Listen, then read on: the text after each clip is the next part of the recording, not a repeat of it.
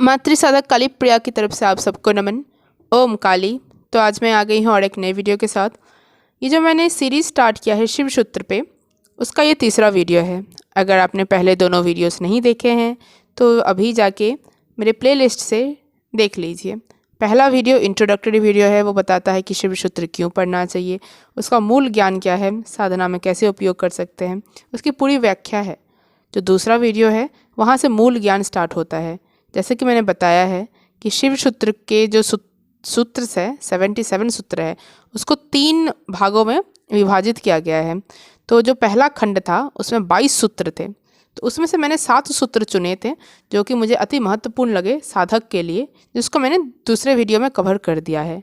तो ये जो तीसरा वीडियो है, ये दूसरा खंड जिसमें 10 सूत्र हैं, उसके मैंने 7 सूत्र उठाए हैं, उस पर ही चर्चा होगा। तो वीडियो शुरू करूं। सबसे पहले आप सबसे निवेदन है, अगर आपको मेरे वीडियो अच्छे लगे, ज्ञानवर्धक लगे, उपयोगी लगे, तो आप लाइक, कमेंट, शेयर, सब्सक्राइब कर सकते हैं। देवी की सब पे असीम कृपा रहे। ओम काली। तो चलिए शुरू करते हैं। ये जो दूसरा खंड है, इसमें प्राइमरी फोकस मंत्र पे थोड़ा दिया गया है। तो चलिए पहला सूत्र आपको बताती हूँ। पहला सूत्र है चित्तम मंत्र, यानी कि मंत्र स्टिल्स द माइंड। माला लेके बैठ तो जाते हैं, लेकिन हमें पता ही नहीं कि मंत्र क्या काम करता है, मंत्र कैसे काम करता है। एकदम डीप लेवल पे, एकदम बेस लेवल पे मंत्र है क्या, है ना। तो यहाँ से जानते हैं। पतंजलि योग सूत्र और विज्ञान भैरव तंत्र दोनों ही बताते हैं कि उस परमानंद की अवस्था में जाने के लिए, उस सिद्धि के लिए, जो सबसे पहली चीज, एकदम जो मूल चीज जो अनिवार्य है, वो है बुद्धि का स्थिर होना। बुद्धि स्थिर नहीं है तो आप कभी उस अवस्था में नहीं जा पाओगे। तो मंत्र क्या करता है? मंत्र इसी में हमारी सहायता करता है। अलग अलग जो मंत्र हैं, अलग अलग तरीके से, अलग अलग प्रक्रिया से हमारी बुद्धि को स्थिर करते हैं। एक बार हमारी बुद्धि स्थिर हो गई, तब हमारी चेतना जागृत हो जाएगी। तो हमारे जो ऋषि मुनि हैं, उन्होंने ध्यान की गहरी अवस्था में विभिन्न तरीके मंत्र को श्रवण किया था। ये जरूरी नहीं कि हर मंत्र का कोई मतलब हो। कुछ मंत्र का मतलब होता है, कुछ का मतलब नहीं होता है। मंत्र की जो ध्वनि है ना, वही काम करती है, और बाकी डजंट मैटर, उसका कोई मतलब हो ना हो, जस्ट डजंट मैटर। तो जैसे एक बहुत फेमस मंत्र है, आपने सुना होगा, ओम नमः शिवाय। वैसे तो इसका मतलब होता है कि हम शिव को नमस्कार करते हैं, लेकिन अगर आप इसको विभाजित करें तो ये होता है ओम नमः शिवाय। 7 हो गया ना सिलेबल्स। तो हमारे जो 7 चक्र है उसके साथ ये रिजोनेट करता है। अगर इसका ढंग पूर्वक गुरु के निर्देश में जप किया जाए तो हमारे 7 चक्रा को खोल देता है। पहले तो चेतना को जागृत करता है, उसके बाद हमारे 7 चक्र को खोल देता है। ठीक है। वैसे ही बीज मंत्र होते हैं, जैसे कि ओम भी अपना बीज मंत्र हो गया। कश्मीर सैविज्म में शौह, ठीक है, इस बीज मंत्र को सबसे ज़्यादा महत्व दिया गया है। विज्ञान भैरव तंत्र में यहाँ तक बताया गया है कि हमारी जो श्वास की ध्वनि है, ठीक है, ये भी एक प्रकार का मंत्र ही है। अगर कोई साधक कुछ ना करके सिर्फ अपने श्वास की ध्वनि को हमेशा चेतना पूर्वक सुनता रहे, तब भी उसकी बुद्धि स्थिर हो जाएगी, तब भी वो परमानंद की अवस्था में चला जाएगा। ठीक है। तो ये पहला ज्ञान था। अब चलिए दूसरे सूत्र पे आते हैं। दूसरा सूत्र बोलता है विद्या शरीर सत्ता मंत्र रहस्यम, यानी कि knowledge on the reality of the body is the secret of मंत्र। देखिए, ये जो सूत्र है ना, इसको मुझे बताने के लिए एलिमेंट्स ऑफ क्रिएशन बताना पड़ेगा। यानी कि जो 36 गुण थे जिससे प्रकृति बनी, जिससे नथिंगनेस से एवरीथिंग आया, ठीक है, यानी कि यूनिटी से ड्युअलिटी जो आया, तो वो मुझे बताना पड़ेगा, जो कि अभी इस वीडियो के बस की बात नहीं है, जो मुझे किसी दूसरे वीडियो में बनाना पड़ेगा। तो मैं थोड़ा संक्षेप में इसमें आपको बताऊंगी। ठीक है। जैसे मंत्र जो होता है उसमें साउंड्स होते हैं यानी कि ध्वनि होता है, और शब्द होते हैं यानी कि लेटर्स होते हैं। तो उसमें ऊर्जा रहती है ना। जो विज्ञान पढ़े हैं उनको पता है कि लाइट एनर्जी नाम की चीज़ होती है, हीट एनर्जी नाम की चीज़ होती है, वैसे ही साउंड एनर्जी नाम की भी चीज़ होती है। साउंड की भी शक्ति होती है, ठीक है। साउंड खुद में ही शक्ति है। जिन्होंने भी विज्ञान पढ़ा होगा, क्लास 8 तक भी पढ़ा होगा, उनको पता है कि साउंड जो ध्वनि जो है वो शक्ति ही है, ठीक है। तो ये जो साउंड हो, ये जो मंत्रा है ना, ये जो होते हैं एलिमेंट ऑफ क्रिएशन होते हैं, यानी कि उत्पत्ति के कारक होते हैं, ठीक है। तो ये जो उत्पत्ति के कारक है, एलिमेंट्स ऑफ क्रिएशन, उसी से सब तत्व बने हैं, उसी से हमारा शरीर भी बना है। यानी कि घूम फिर के अगर बताया जाए तो मंत्र से ही हमारा शरीर बना है। तो आपने सुना होगा कि कुछ कुछ मंत्र जो होते हैं, कुछ कुछ बीज मंत्र जो होते हैं, उनका बॉडी में, शरीर में कहीं पर लोकेशन होता है, किसी एक जगह से वो निकलते हैं, ठीक है। तो उसका जो ज्ञान है ना, आज मैंने आपको बता दिया, यही मूल कारण है, ठीक है। मतलब कि मंत्र वो क्रिएटिव पावर अपने में होल्ड करके रखते हैं। जब जगत का निर्माण हुआ था शुरू में, उस टाइम पे मंत्र की ध्वनि ही सुनाई दे रही थी। तो हमारा शरीर भी तो एक उत्पत्ति का ही वो है ना, क्रिएशन का ही रिजल्ट है। तो इसी वजह से मंत्र और हमारा शरीर दोनों ही जुड़ा हुआ है। यही मंत्र का महारहस्य है, ठीक है। तो अब मैं आपको तीसरा सूत्र बताती हूँ, जो बताता है विद्या समुत्थाने स्वाभाविके खेचरी शिवावस्था, on raising of knowledge inherent in oneself one reaches the highest state of consciousness which is the state of Shiva. यानी कि हमारे भीतर जब कुंडलिनी जागृत होगी, लेकिन कुंडलिनी जागृत से पहले क्या ज़रूरी है, देखिए मैं आपको स्टेप बाय स्टेप बताती हूँ, ठीक है। सबसे पहले बुद्धि का स्थिर होना ज़रूरी है। एक बार बुद्धि स्थिर हुआ तब हमारी चेतना जागृत हुई, ठीक है। दूसरा स्टेप चेतना जागृत हो गया। अब तीसरा स्टेप क्या होगा, जैसे ही हमारी चेतना जागृत होगी तब हम अपने चक्रास को विजुलाइज करने लग जाएंगे। चक्र शुद्धिकरण हो जाएगा, नाड़ी शुद्धिकरण हो जाएगा। फिर चौथे स्टेप में क्या आएगा, चक्र का जागरण आएगा। पांचवें स्टेप में क्या आएगा, हमारे जो मूलाधार में जो शक्ति है वो अब धीरे धीरे उठने लग जाएगी, ठीक है। तो वो जैसे उठने लग जाएगी, हमारे सात के सात चक्र को भेद देगी, हमारे सहस्रार तक पहुंच जाएगी, तभी हम शिवत्व को प्राप्त कर पाएंगे। और इसके बहुत तरीके हैं, ठीक है, वो शिवत्व को प्राप्त करने के, सातों चक्र के भेदन के। इस पे मैंने एक वीडियो बना के रखा है कि हम अपने कुंडलिनी शक्ति को कैसे जागृत करें। तो उस पर मैंने एक वीडियो बना के रखा है जिसमें मैंने 7 या 8 तरीके बता के रखे हैं। तो आप चाहे तो वो वीडियो भी देख सकते हैं। अब चौथा सूत्र बताता है मंत्रकाक्षर संबोधः for awakening the energy in the chakras.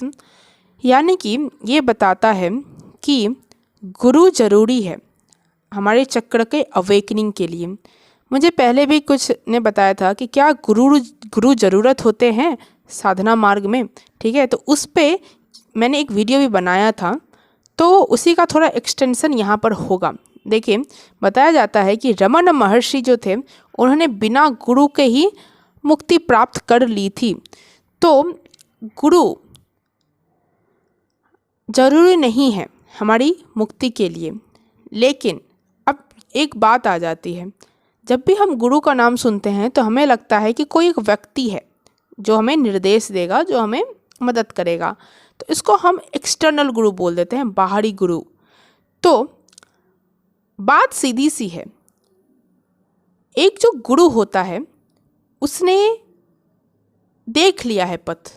हम जो अभी बस नवसिखिया हैं, जो बच्चे हैं, जो हम क्या है अभी टॉडलर्स है, हमें कुछ नहीं पता उस पथ के बारे में। लेकिन उस गुरु ने देख लिया है, वो उस स्थान पर चला गया है जहाँ पर हमें पता ही नहीं, ठीक है ना।